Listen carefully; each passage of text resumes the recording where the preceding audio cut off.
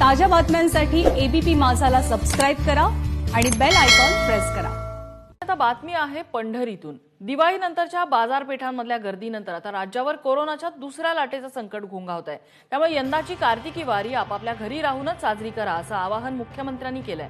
जिल्हाधिकारी मिलिंद शंभरकर यांनी वारकरी आणि भाविकांना चंद्रभागेवर येणं टाळा असं आवाहन केलेलं आहे। तरीही आज पहाटेपासून वारकऱ्यांनी सर्व नियम मोडून चंद्रभागेवर स्नानासाठी गर्दी केली आहे। यंदाची कार्तिकी वारी रोखण्यासाठी पंढरपुरातल्या चंद्रभागेच्या किनारी आणि वाळवंट प्रवेशाला वारकऱ्यांना 21 नोव्हेंबर ते 1 डिसेंबर पर्यंत बंदी घालण्यात आलेली आहे।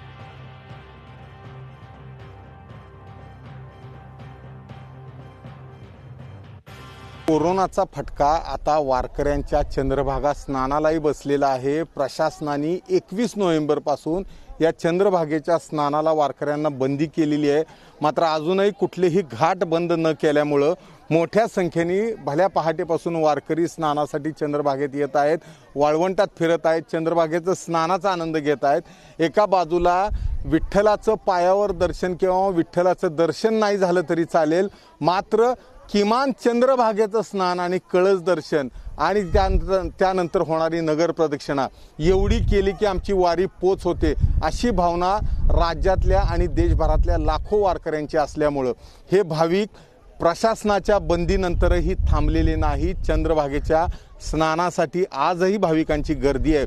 वास्तविक निर्णय घेऊन 2 दिवस झालेले आहेत, मात्र प्रशासनाने जरी कुठलीही हालचाल केली नसली तरी भाविक मात्र चंद्रभागेचं स्नान करण्यासाठी इथं वाळवंटात येताना दिसत आहेत आणि मोठ्या संख्येने हा नियम मोडून नियम डावलून इथं आंघोळी चालू आहेत, भाविकांचं वाळवंटात येणं चालू आहे। प्रशासनाची कुठलीही कारवाई इथं होत नाहीये, त्यामुळेच वारकरी बिनधास्तपणे या इथं स्नानासाठी पोहोचत आहेत। पंढरपूर कॅमेरामन सुरेश सर्वदेसह सुनील दिवाण, एबीपी माझा।